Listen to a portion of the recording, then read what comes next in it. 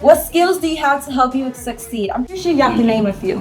What skills would help them out? This is part of the 21st Century grant that we received through TEA. It's cool because of the life skills that the students get to learn. Like during the nails, some of the students realized they could do nails or they can do hair. Sometimes my cousin would ask me to do her hair. So she pays it. So being in the program, it's helped you develop the skills and the talents and the enthusiasm of wanting to braid hair more easily, right?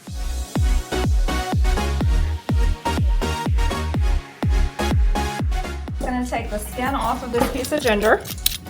It smells like a lemon. Yeah, because ginger has it has around the same amount of citric acid that does a lemon has. Whether they're doing life skills or if they're doing social skills and learning how to work with teams, work with their peers, problem solve, be supportive of each other, different things like that. It's really great to see.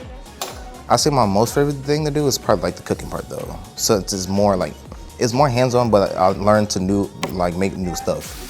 Be able to do cooking as a career.